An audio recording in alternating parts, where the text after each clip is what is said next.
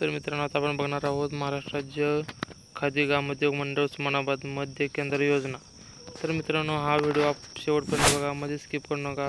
आपला video subscribe करा आणि बेल आयकॉन प्रेस करा, म्हणजे मी बनवलेला व्हिडिओ आपल्यापर्यंत लवकर पोहोचेल। चला तर हे दोन्ही ऑफिसेस एकाच ऑफिस म्हणजे कार्यालयात स्थित आहेत आणि आम्ही एकमेकांच्या हातात हात घालून काम करतो।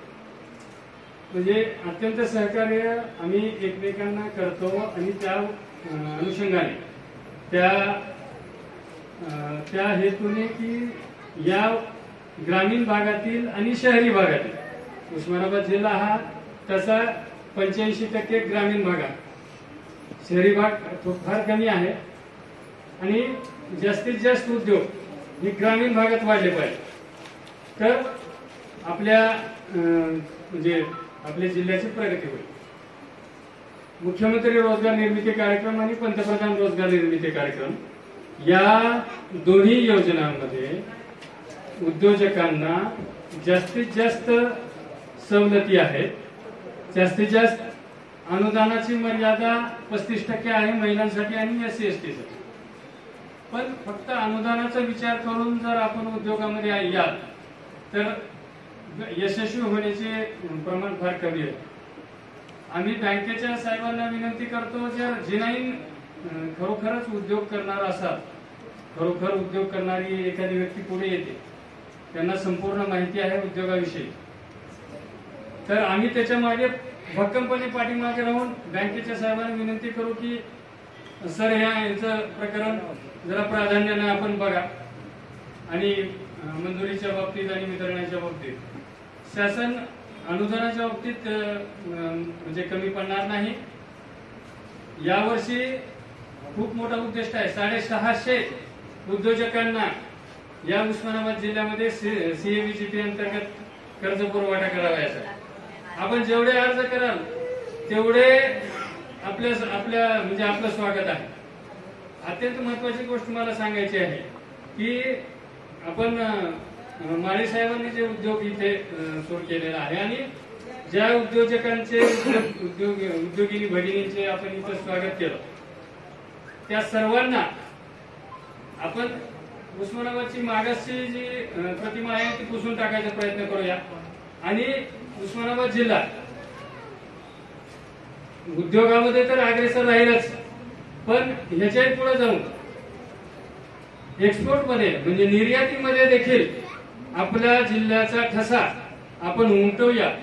या अनुषंगाने येत्या 28 तारखेला जिल्हा उद्योग केंद्रातर्फे एक उद्योगाविषयी आणि सविस्तर माहिती दिली जाणार आहे। एक दिवसीय कार्यशाळा आपण डॉक्टर बाबासाहेब आंबेडकर समाज कल्याण भवन येथे घेणार आहोत। सविस्तर निमंत्रण याविषयी मी आपल्याला वैयक्तिक फोनद्वारे देईलच, पण आपण आग्रहाने उपस्थित राहावं ही एक नम्र विनंती यावेळेस मी व्यक्त करतो। आणि मुख्यमंत्री रोजगार निर्मिती कार्यक्रम आणि पंतप्रधान रोजगार निर्मिती कार्यक्रम यामध्ये आपण हिरिरीने पुढे येऊन अर्ज करावेत आणि उद्योग सुरू करावे या अशी अपेक्षा मी व्यक्त करतो। मित्रांनो, एकच लक्षात ठेवायचं, आपला जन्म जगण्यासाठी नाहीच आहे, जिंकण्यासाठी आहे, लक्षात ठेवा। हे अगोदर लक्षात ठेवा। यशस्वी उद्योजक होतील जातील हो, पण स्वतःसाठी जो जगतो आणि जो दुसऱ्यांना जगवतो आणि यशाला खेचून असतो तो खरा माणूस। आमचं कामच आहे सर मोटिवेशनल स्पीच।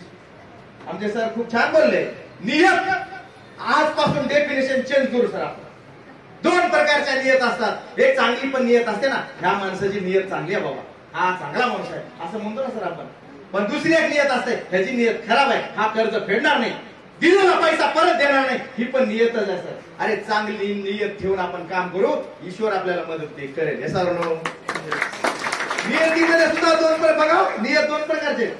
आजपासून नियतीचं डेफिनेशन चेंज करू। नि म्हणजे निकराने काम करायचं, म्हणजे काय, मनापासून काम करायचं। म्हणजे योजना आखायचं सर, बिझनेस सर, आणि तर म्हणजे ताकदीने काम करायचं, म्हणजे आपण यशस्वी होणारच, हे लक्षात ठेवा। सर डेफिनेशन चेंज सर, सबको कर्ज देने का हमारा रिक्वेस्ट है आपको। ओके, सरांना रिक्वेस्ट करतो तुमच्यासाठी, आम्ही तर सर कर्जच घेतलं नाही. मला इतकं बोलायचं, इतकं बोलायचं, इतकं बोलायचं, पैसे कमवायचे. तोंड भांडवल आहे आमचं, तोंड भांडवल. मग आमचे बँक मॅनेजर म्हणतात कितना तू, बोले सर नहीं चाहिए, हमको है ना, बोलता आता है, हम एजेंसी लेते सर और बेचते हैं. चलो आगे. चला बरं वाटतं, मला पण खूप हळू बोलू वाटतं, पण मला निमंत्रित केलंय आज. सर म्हणे ना इतकं पेटवायचं, इतकं पोटायचं, चालेल झोपले नाही पाहिजे. ओके मित्रांनो, तुमच्यासाठी एक डायलॉग बोलतो. अगर तू हीरा है तो रात के अंधेरे में चमक, अगर तू हीरा है तो रात के अंधेरे में चमक, और दिन के उजाले में तो कांच के टुकड़े भी चमकते हैं, कांच के टुकड़े भी चमकते हैं. तुम्ही सगळे जण हिरे आहात. आजपासून स्वतःला कधी कमी समजायचं नाही, विनाकारण दुसऱ्याला महत्व द्यायचं नाही, आणि विनाकारण दुसऱ्याला निगेटिव्ह करायचं नाही. एवढं केलं तरी भरपूर झालं बाबा. इकडे बघा, इथेच बघत होतो सर मी, ही माशी, इकडे मध. 30,000 किलोमीटर दररोज सर रन करते ती. 90,000 फुल आणि फुलांवरती ती बसते, आणि ह्या जगातून जाताना आपल्याला मध देऊन जाते. काय स्वार्थ आहे तिचा, आहे काय स्वार्थ? आणि चावल्याच्या नंतर आपण काय म्हणतो, हो मला चावली रे ती, माझं तोंड सुजलं. अरे फुकट मध्ये तुम्हाला लोह आणि विटॅमिन्स देते सर, बोलले मगाशी, आणि त्याला मारण्याचं काम आपण करतो. देणार ती मध आणि त्याला जाळायचं. कुठल्या संस्कृतीत आहे दिले का कुठं सांगा? तुमच्या शेतातील एखादी वस्तू जर एखाद्या माणसाने चोरून नेली तर त्या माणसाला तुम्ही ठेवणार का? हे तर जगण्याचं मूल्य देते. हो इकडे बघत होतो बाबा, इतना महान काम करते हैं ये हमारी मधुमक्खी, और हम क्या करते हैं, उसको जलाते हैं. आज से बंद कर दो सब मित्रांनो, बंद कर दो. उस्मानाबाद सर मला खूप दुःख झालं. उस्मानाबाद जिल्हा नंबर 1 होता म्हणे. वाईट वाटलं. मी पण तुमच्या जिल्ह्यात आहे म्हणून बोलतोय एवढं तळमळीनं. तिकडे मुंबईला विचारलं मोरे सर तर सांगतो, किधर से आए हो, तुळजापूर म्हणावं लागतं. उस्मानाबाद किधर है, मैं बोला अभी धाराशिव हो गया ना, उधर है. काय करणार काय मला सांग. ओके मला ना येताना एक मासी भेटली, मासी साधी, म्हणून मी आपण मोटिवेट करतो बाबांनो, कारण जावळीकर सरांनी खूप छान बोललेत. आमच्या अग्रणी बँकेचे सगळे आमचे अधिकारी अतिशय सुंदर तुम्हाला मार्गदर्शन केलेलं आहे. मी काय करणार आहे, माझ्याकडे एकच काम आहे सर, इनको इतना भलो ये हमारे भाई नंबर 1 हो जाए उद्योग में, कर्ज बुडवण्यात नाही. कळलं? चला ओके. एक मासी मला भेटली, मक्खी म्हणून आपण, हा मासी मला भेटली. मी तिला विचारलं, मासीताई तू उदास चेहऱ्यावरती का बसत नाही? तिनं मला विचारलं, मी तिला विचारलं, मासीताई तू उदास चेहऱ्यावरती का बसत नाही? तिनं मला सांगितलं, मेरे भी इमेज का सवाल है ना. ते उदास चेहरा घेऊन जर कुठलाही व्यवसाय करत असाल तर छोड दो यार. आयुष्यात स्वतःला कधी फसवायचं नाही, आई वडिलांना त्याहून फसवायचं नाही, समाजाला त्याहून फसवायचं नाही, राष्ट्राला तर कधीच फसवायचं नाही. काही बनता आलं नाही तरी चालेल, पण एक चांगली व्यक्ती बना. एक चांगली व्यक्ती कसा असतो माहितीये का? निर्व्यसनी असतो. एक चांगली व्यक्ती कसा असतो? पॉझिटिव्ह असतो. त्याचा पॉझिटिव्हिटी असते त्याच्यामध्ये, तो त्याच्याकडे सकारात्मक दृष्टिकोन असतो, त्याच्याकडे विल पॉवर असते, इच्छाशक्ती असते, तो उत्साहित असतो, त्याच्याकडे चैतन्य असतं, जिद्द असते, धाडस, चिकाटी आणि कठोर परिश्रम करतो, तोच चांगला माणूस असतो. असं आपण आहात सगळेजण. आहात ना? तुम्ही आहात ना? तुम्ही मला प्रश्न विचारतो आम्हाला मित्रांनो, ह्याला चांगला माणूस म्हणतो. ओके चला सर, हमारे सर जी ने बोले कि कितना लाख रुपया का कर्ज आपने इधर मांगने आए हो? मुझे मालूम नहीं, मुझे सिर्फ सब्सिडी मालूम है. बरोबर आहे ना? गुडवे माझ्या भाषेत मी करूच म्हणायचं, गुडवे असतात असे. सरांनी एक शब्द सांगितलं, तुम्ही अनुदानाकडे बघू नका, सबसिडीकडे बघू नका, तुम्ही तुमच्या प्रगतीकडे बघा. ही एक संधी आहे. 20,000 20 लाख 1 लाख 2 लाख, अरे मला ईश्वराने नाही तर या सगळ्यांनी ईश्वराने सुद्धा मला एक संधी दिलेली आहे, देत आहे. येणाऱ्या 5 वर्षामध्ये मी या संधीचं सोनं करणारच, कारण मी विजेता होणारच. या कॉन्फिडन्सनं कर्ज मागायला जा, तुम्हाला कर्ज द्यायला तयार. काय बोलले सर आमचे? पैसा तुमचाच आहे ना, तुमचाच आहे ना सर, तुमच्यावरच बोलतो. पैसा ह्यांचा, प्रगती तुमची, माध्यम हे. मग म्हणायचं मला कर्ज देत नाही हो, वशिला चालतो हो, माझं काय खरं नाही हो, असं काय चालत नाही. ज्याच्याकडे वक्तृत्व, ज्यांच्याकडे नेतृत्व आणि ज्यांच्याकडे कर्तृत्व ना, त्याला काही करायची गरज नाही. लक्षात, ह्या 3 गोष्टी. बोलता आलं पाहिजे, तुमच्याकडे कम्युनिकेशन स्किल असलं पाहिजे, तुम्हाला बोलता आलं पाहिजे, एखादा व्यवसाय टाकल्याच्या नंतर मार्केट सर्वे करता आलं पाहिजे, ह्युमन रिलेशन, मानवी स्नेह संबंध तुम्हाला जोपासता आले पाहिजे, मार्केटिंग करता आली पाहिजे, सेलिंग करता आली पाहिजे, आणि एकच सगळ्यात महत्वाचा कॉन्फिडन्स असला पाहिजे. यशस्वी होणार आहे.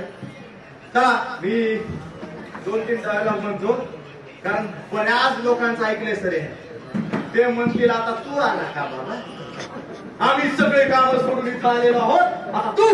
लक्षात ठेवा मित्रांनो, तुमच्यासाठी एक डायलॉग आहे. तारे अनेक असतात पण सूर्य एकच असतो, ग्रह अनेक असतात पण चंद्र एकच असतो, नद्या अनेक असतात पण समुद्र एकच असतो, माणसं अनेक असतात पण विजेता एकच असतो. म्हणजे तुम्ही विजेता.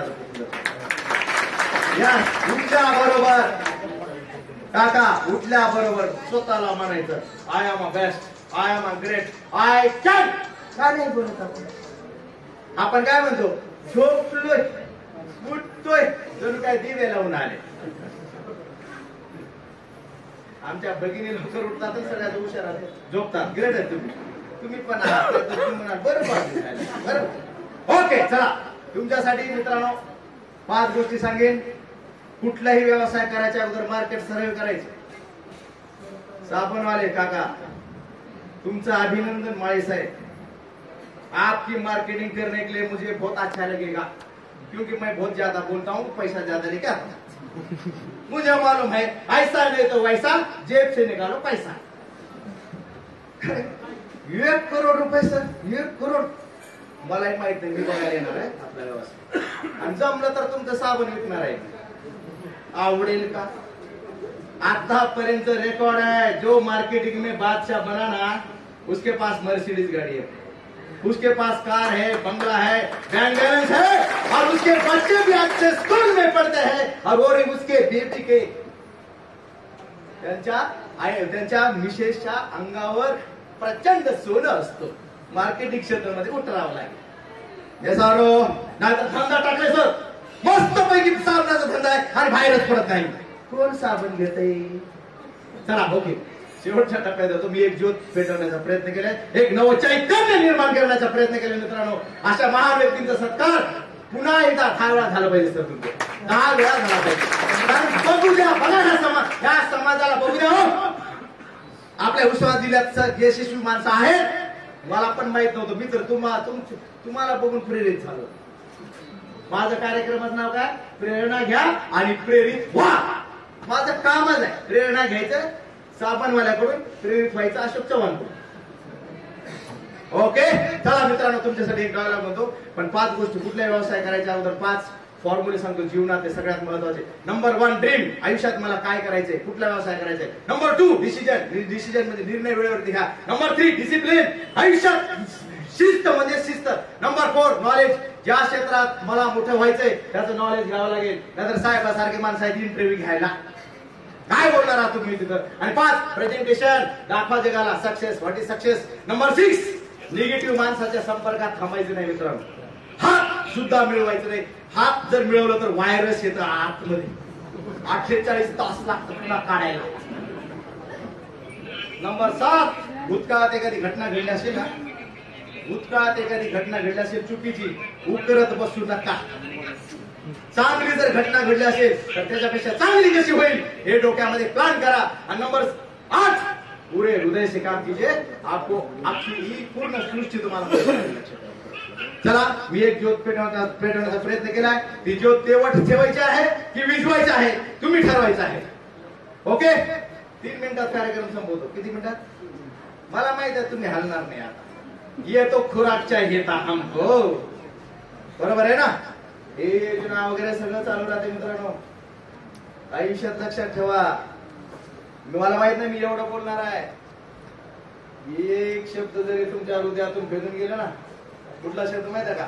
विठ्ठल कामात म्हणतात, जर पोटात भूक असेल, मनगटामध्ये रग असेल, छातीमध्ये धग असेल, जिभेवरती साखर असेल, डोक्यावरती बर्फ असेल आणि पायामध्ये भिंगरी असेल, तर आयुष्यात तुम्ही यशस्वी होणार. एक कायम लक्षात ठेवा.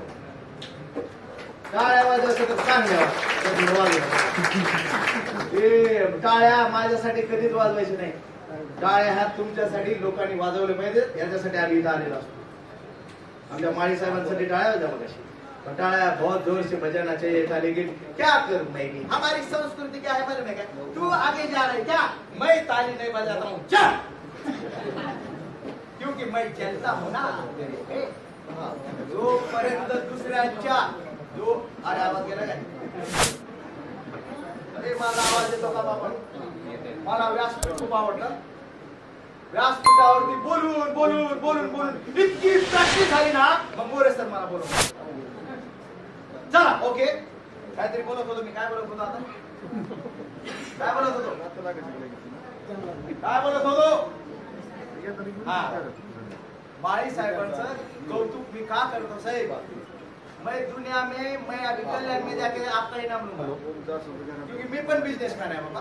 मला माहित आहे एका उद्योगामध्ये 10% माझं हे माझ्या अंगावरचं शेअर आम्ही बनवतो. गारमेंट वाले ताई ताई आम्ही पण गारमेंट, पण आमचे वेगळं आहे जरा. तुम्हाला काही काम नसतं माझ्यासारखा माणूस सकाळी निघाला संध्याकाळी 1000 रुपये घेऊन येतो. नाहीतर मला माझी बायको घरात येऊ देत नाही. हे खरं आहे. आमच्या मोरे सरांना माहित आहे आणि ती खतरनाक आहे. आम्ही मोरे सरांच्या साक्षीने सांगतोय. आमच्या चव्हाण सर पण आहेत. हा, अरे टाळ्या टाळ्या. क्या बात है. आमची शिष्य यशस्वी उद्योजिका.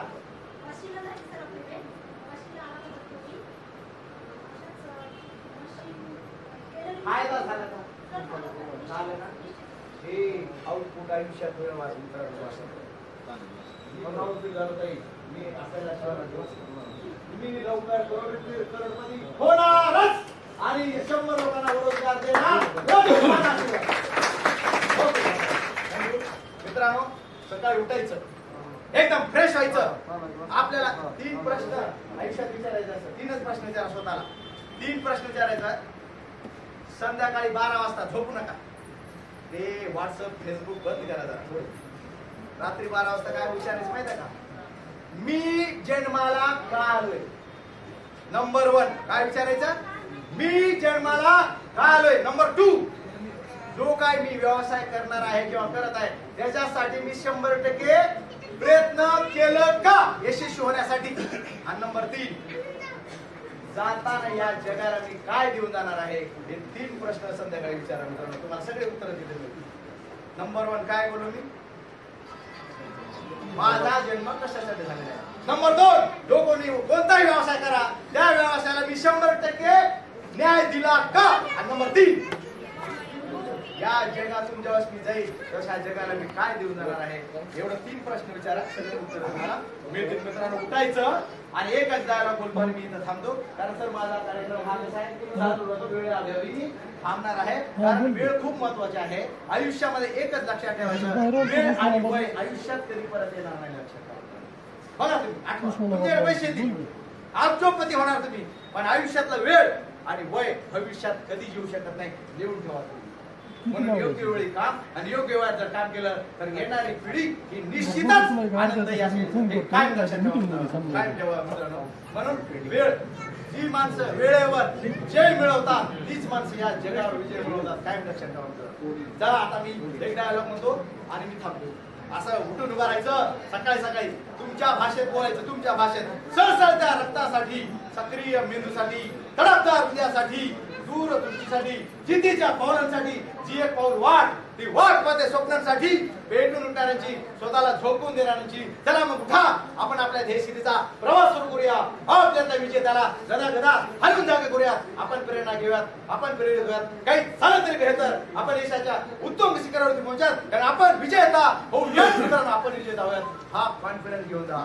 ज्यांची छाती सिंहासारखी आहे, ज्यांच्या मांसपेशी लोखंडी आहेत, ज्यांचे स्नायू पोलादी आहेत, सागराचं तळ आणि आकाश भेदून जाण्याची ज्यांच्यामध्ये क्षमता आहे, तीच माणसं यशस्वी होतात. जसं आपल्याला यशस्वी व्हायचं आहे. भुकेलेल्या वाघाच्या तोंडातून मांसाचा तुकडा काढणाऱ्यांची ज्यांच्यामध्ये हिंमत आहे, त्यांना आयुष्यभर आपल्या पोटाची काळजी करायची गरजच भासत नाही, गरजच भासत नाही, गरजच भासत नाही. मित्रांनो, मी आज एक ज्योत पेटवण्याचा प्रयत्न केलाय. ती ज्योत तेवढ ठेवायची आहे किंवा विजवायची आहे, तुम्ही ठरवा. त्यांच्यापेक्षा माझा मोठा आवाज आहे की नाही, माझा ऐकायचं. तुमच्या भालाचं बोलतो नाही, बोलतो की नाही खरं झालंय यांचं तर आता करू आपण काय.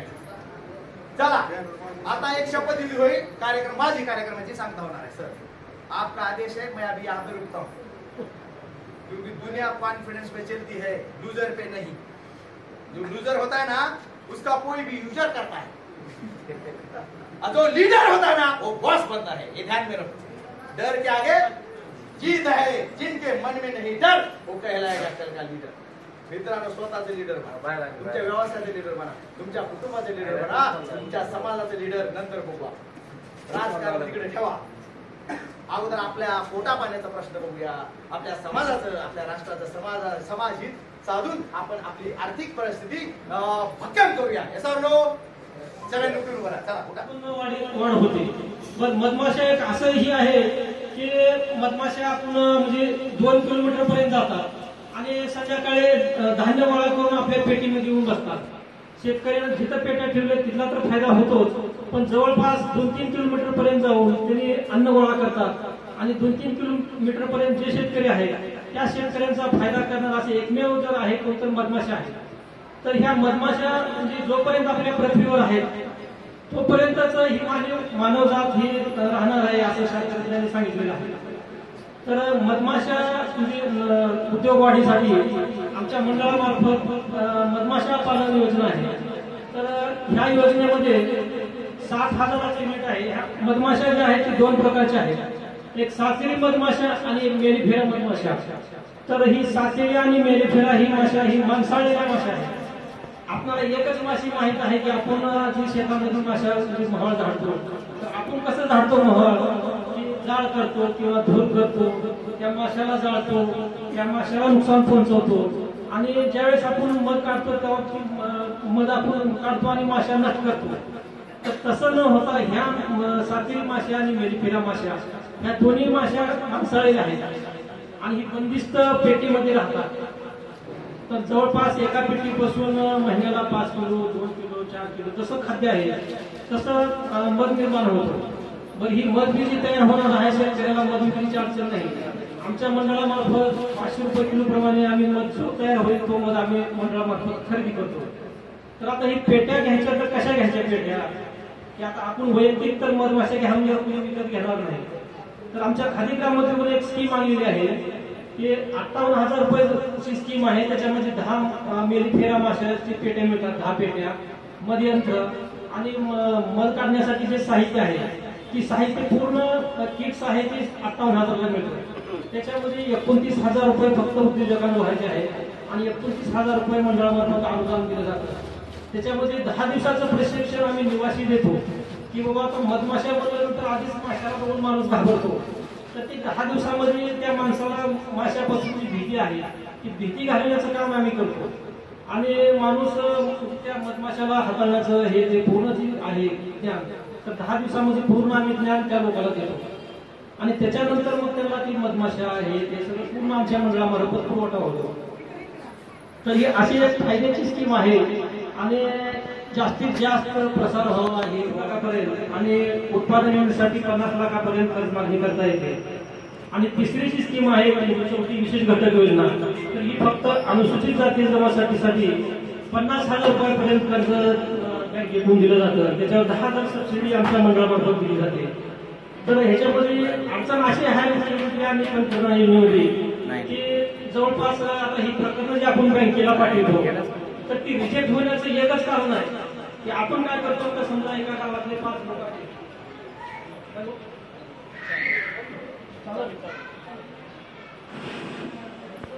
समजा एका गावातले 5-10 व्यक्ती आले तर ती काय करते, आता एखाद्याने समजा रेडीमेड गार्मेंट उद्योग केला तर दुसरे पण 10 लोक तीच उद्योग करते. तर एका गावामध्ये रेडीमेड गार्मेंटचे किंवा सलूनचे किंवा मसाला उद्योग, कापड उद्योग असे एका उद्योगाचे 10 प्रकार तर बँका कशा मंजूर करतील. पुन्हा दुसरं एक त्याच्यात अडचण अशी आहे की आपण काय करतो की आता एकदा स्कीमचा लाभ मिळणार आहे. साहेबांनी जर विचारलं बँकेतल्या की बाबा तुम्ही कुण्या उद्योगाचं प्रकरण केलंय तर तुम्ही काय करताय की ते दुसऱ्याने भरलंय आम्हाला काय माहिती नाही किंवा किती मागणी केली आहे तर ती सांगता येत नाही. पुन्हा दुसरी अडचण अशी त्या कोर्टात तुम्हाला मशिनरी कोणती घ्यायची आहे तर तुम्ही सांगताय की बाबा मशिनरीची काय माहिती नाही. तर आपण त्या उद्योगाची पूर्ण माहिती घेतली. समजा आता तुमच्या उद्योगाला समजा उदाहरण 2 लाखाचं मशिनरी लागणार आहे तर मशिनरी कोणती घेणार आपण किंवा वर्किंग कॅपिटल किती लागणार, आपल्याला त्या उद्योगाविषयी परिपूर्ण माहिती असली तर आपण बँकेत गेल्यानंतर जर व्यवस्थित माहिती दिली तर बँकवाले सुद्धा तुम्हाला म्हणजे अडचण येणार नाही मंजुरीसाठी किंवा हे. तर ह्या स्कीमचं ह्या वर्षी आम्हाला मुख्यमंत्री रोजगार निर्मिती योजनेचं जिल्हा उद्योग केंद्राला 450 आणि आम्हाला 195 असं 650 प्रकरणाचं टार्गेट आले आणि पीएमईजीपीचं केव्हीए आणि डीआयसीला मिळून 100चं आहे. तर एवढे प्रकरण करायचे पण अडचण कशी झाली की आमच्याकडे येणारे लोक 25 लाख 50 लाख ह्याच्याशिवाय कुणी यायला तयार नाही. तर त्याच्यामध्ये आम्ही प्रयोग केला. ज्यावेळेस आम्ही असे मेळावे घेतले लहान लहान म्हणजे ही प्रकरण केले तर जवळपास आमचे 35 प्रकरण आणि डीआयसीचे 75-80 प्रकरण असे मंजूर झाले. तर त्याच्यामध्ये कसं आहे 1,00,000-2 लाख आपल्या उद्योगाला जेवढं भांडवल आवश्यक आहे तेवढी जर मागणी केली तर म्हणजे मंजुरीला बी काय अडचण येणार नाही आणि आपल्याला म्हणजे परतफेडला बी अडचण येणार नाही. समजा तुम्ही 10 लाखाचं कर्ज घेतलं त्याचं व्याज महिन्याला किती होतंय, त्याची परतफेड कशी करणार, खेडेगावामध्ये आपला उद्योग चालेल का. तर ही सगळ्या विचार करून जर आपण प्रकरण केले तर आमचं ह्या वर्षी टार्गेट होण्याला काहीच अडचण येणार नाही. तर आपण जे इथं जमलेले आहात तर आम्ही कागदपत्राची यादी इथं लावलेली आहे. कागदपत्राची यादी आहे, वेबसाईट आहे. तरी आपण ज्याला खरंच प्रकरण करायचं आहे त्यांनी योग्य म्हणजे मागणी करावी म्हणजे मशिनरी, खेळते भांडवल आणि ह्या मध उद्योगामध्ये. तर सगळ्यांनी ह्या योजनेचा लाभ घ्यावा. त्यावेळेला निसर्गातील जे काय वसाहती होतात त्या प्रतिबद्ध शेती पिकांवरती उत्पादन कसं वाढून घ्यायचं आणि ऑनलाईनपासून आपलं कार्य कसं करायचं हे आमच्या मुंबईच्या कार्यालयाने महाबळेश्वरला मध संचालनालय आपण केलं. या ठिकाणी मध संचालनालय त्यापैकी पाळता येणाऱ्या फक्त 2च आहेत. याच्यामध्ये सातील मधमाशी आणि निसर्गात 5 मधमाशा आहेत त्या उघड्या स्वतःहून स्थलांतर होतात असं बंदिस्त. देशामध्ये पोळ्याची मधमाशा आहेत, सर्व शेतकऱ्यांच्या आड्या मधमाशा पाहिजे. निसर्गात ज्या वेळेला फुलोरा असतो त्यावेळेला त्या तिथं स्थिर राहतात. फुलोरा अशा पद्धतीने हे कालचक्र चालू असतं. ऑटोमॅटिक आपल्या शेती पिकांवरती परागीभवन होत असतं. जंगलातील निसर्गाचा समतोल ह्या मधमाशा राखत असतात. त्या मधमाशांमुळे आपल्याला खाद्य फळ आपल्याला भेटत असतं. पण आपल्याला बऱ्याचशा लोकांना माहिती व्हावी मधमाशांमुळे काय काय होतं काय काय नाही. आणि विशेष म्हणजे मधमाशांनी तयार केलेलं मध आपण ज्या वेळेला जन्मताच आपल्याला एकवट आपल्याला जन्माचा मधाचा देतात आणि तेव्हापासूनच आपली ओळख तिथूनच सुरू झालेली आहे ज्या वेळेला आपला जन्म झालेला आहे. अशा पद्धतीने या मधमाशा आवडाचं काम करत असतात, वसाहतीचं जतन करत असतात, मधाच्या पोळ्या बांधत असतात.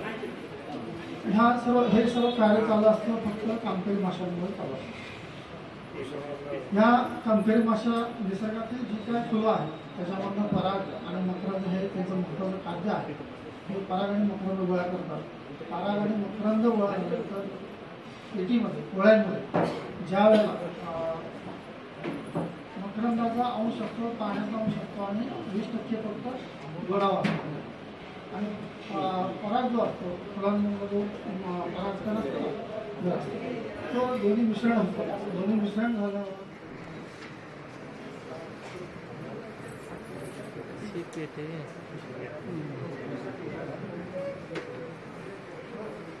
हॅलो हो ही मधमाशांची पेटी आहे. ह्या मधमाशा अंधारात राहत असल्यामुळे यांना अशी रचना केली आहे की आतमध्ये पेटीमध्ये ह्या राहतात. आपल्या शेतामध्ये जर बघितलं असेल की एका फळामध्ये जुना फळामध्ये वगैरे असं वहिनीसार फळ करणाऱ्या वसाहती आहेत, पण आपल्याला ते माहिती नाही. त्या सुद्धा आपल्या पेट्यांमध्ये भरून आपण त्याचं कार्य करू शकतो. तर ही मधाची पेटी आहे. त्यांना इथं खाली गेट आहे, त्यातून कामकरी मधमाशा आत ये जा करतात. गोळी वरच्या भागात असते, त्यामध्ये अंडी अळी लार्वा असतो. पावसात कुठेही उन्हामध्ये वगैरे ठेवले तर ही काय त्याला काही होत नाही, आणि एवढंच मी त्याला स्टँडवर ठेवावं लागतं.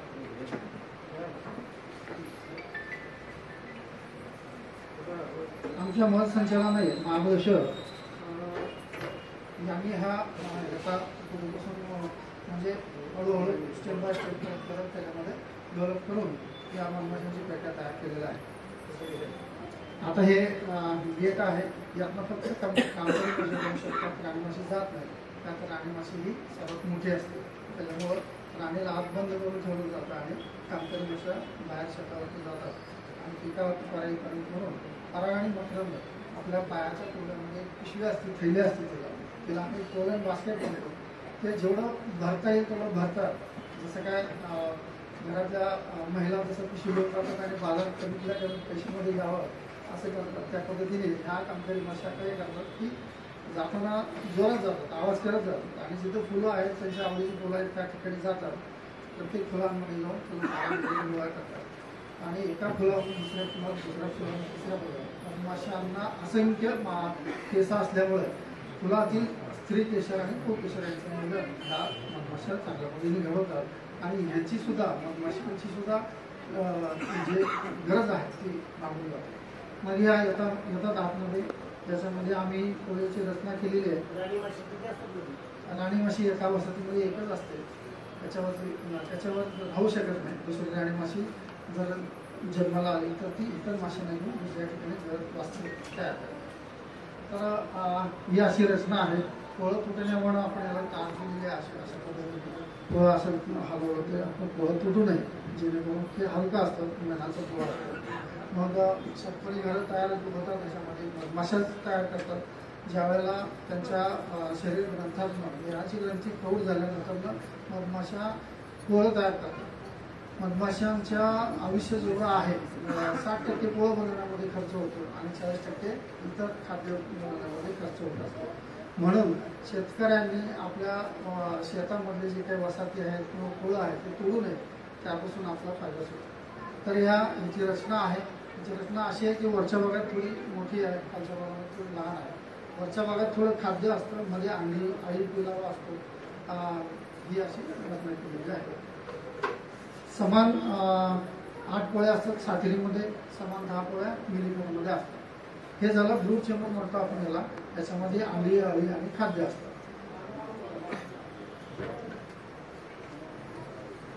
याचा दुसरा पार्ट असा आहे, हा सुपर चेंबर म्हणतो, याच्यामध्ये मधुकोटी म्हणतो आपण याला. हे याच्यामध्ये मध भरला जातो. आपण काय करतो, ह्याला कोंब फाउंडेशन असतो, कोंब मेणापासून तयार केलेलं कोंब फाउंडेशन असतो. तो मेणाचं पत्र आम्ही ह्याला लावतो. लावल्यानंतर ह्या मधमाशा त्याच्यावरती घर तयार करतो. घर तयार केल्यानंतर वरचा भाग असल्यामुळं राणी माशी वर येते, अंडी घालत नाही आणि वरती फक्त मधच तयार होतं. मग अशी सांगितल्यासारखं मध तयार झाल्यानंतर ह्या मेणाने लेपतात. मग आम्ही लेपल्यानंतर 100% हा मध पूर्ण तयार झालेला असतो. आम्ही हे गृहीत धरतो आणि भरल्यानंतर हा मध कसा काढायचा, फक्त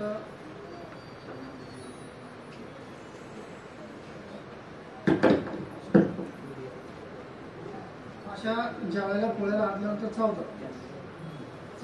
चावल्यानंतर आपल्याला शरीर पण खूप सुचतं. शरीर सुस्त म्हणजे काय होतं की त्याचा जो विष आहे तो आपल्या शरीरात जातो आणि कामकरी माशी सुद्धा आहे ना ती मरून जाते कालांतराने. तिची नागी असते, नागी तुटल्यानंतर ती कालांतराने काम ठिकाणी मरून जाते. यांना काम वाटून दिलेलं आहे. ज्या वेळेला जन्म होतो त्यावेळेला मेणाची गरज आहे, ती स्वच्छ करायची आहे. त्याच्यानंतर राणीची सेवा करायची आहे. पिलं झालेले आहेत, त्या पिलांना खाद्य भरवायचं आहे. हे यांना स्टेप बाय स्टेप प्रत्येक दिवसाचं असं सायकल दिलेलं आहे, त्याप्रमाणे हे काम करत जातात. मधमाशा कामकरी माशांचं जीवनक्रम आहे 3 ते 6 महिने. सीझनमध्ये जास्तीत जास्त 3 महिने हा राहतात आणि अहोरात्र काम करतात. स्वतः आतमध्ये दबाव नाही म्हणून त्या बाहेर जाऊन दबावतात आणि शुद्ध पाणी ह्यांचं एक लागतं. शुद्ध पाणी आणि पराग आणि मग हे ह्यांचं 3 खाद्य आहे. तर ही मधुकोटी आहे. मधुकोटी आपण मेणाने ज्या वेळेला भरलेली दिसली तर आपण फक्त झाडायचं आहे. झाडताना मधमाशा ह्या चावा देतात म्हणून आपण हे दिवेल वापरतो. किंवा तोंडाला जाऊ नये आणि आपलं तोंड सुजू नये म्हणून हे दिवेल म्हणतो आपण. त्या दिवेलला आपलं संरक्षण होतं, दुसरं काय नाही. आणि आपण न घाबरता त्याच्यामध्ये काम करतो. हे ट्रेनिंगमध्ये आणि साहित्यामध्ये आपण हे दिवेल असतं, पोशाख घालायचं आणि काम करायचं. हे जे दुसरं आहे याला आम्ही स्वारनेट म्हणतो. साथीरी मधमाशा धरण्यासाठी हे याचा उपयोग चांगल्या पद्धतीने होतो. साथीरी जंगलातल्या किंवा आपल्या गावात ग्रामीण भागातल्या लातूर गावामध्ये बऱ्याचशा साथीरी मधमाशा आहेत. सणात भागात पण आहेत, पण आपण त्याच्यामध्ये बघितलं नाही, त्याच्यामुळं ते राहून गेले. तर आता ही भीती केली, आपण फळ्या काढल्या. सुरीच्या सहाय्याने जो पापुद्रा आहे तो काढायचा आहे. काढल्यानंतर आमच्याकडे एक मध यंत्र आहे, सोय केली. आपण माशाचं गिरहित करून हे पोळी त्याच्यामध्ये टाकायची आहे. टाकल्यानंतर सेंट्रल टाकी आहे, त्या टाकीमध्ये गोल फिरवलं की सेंट्रल फोर्सने मध हा निव्वळ बाहेर होतो. हा शुद्ध मध बाहेर होतो. पोळी आपण पिळत नाही. पोळी पिळल्यामुळे काय होतं, मधमाशांचंही नुकसान होतं. आपण पोळी न पिळल्यामुळं मधमाशा ह्या परत कामाला येतात आणि परत मध उपलब्ध. तर अशा पद्धतीने याची रचना आहे. मधमाशा ह्या अविरत कार्य करत असतात. कोणाला काही अजून शंका असेल तर आपण विचारावं. मग रोज एक चम्मच जरी आपण खाल्ला तर 100 कॅलरीज आपल्याला भेटतात आणि आपल्या रक्तामध्ये लोहाचं प्रमाण वाढतं. कुठल्याही रोगाला आपण प्रतिकार करू शकतो. म्हणून मधाचं सेवन रोज 30 टेबल जरी घेतला तर आपलं शरीर सुदृढ राहू शकतं. या जनजागृती मेळाव्याच्या उपस्थित सर्वांना मी आभार मानतो. आणि काय आपण जर ट्रेनिंग आपल्याला घ्यायचं असेल तर आपण फॉर्म सुद्धा आणलेला आहे, आपण फॉर्म घेऊ शकता. धन्यवाद. व्हिडिओ आवडला असेल तर लाईक करा, शेअर करा, सबस्क्राईब करायला मात्र विसरू नका.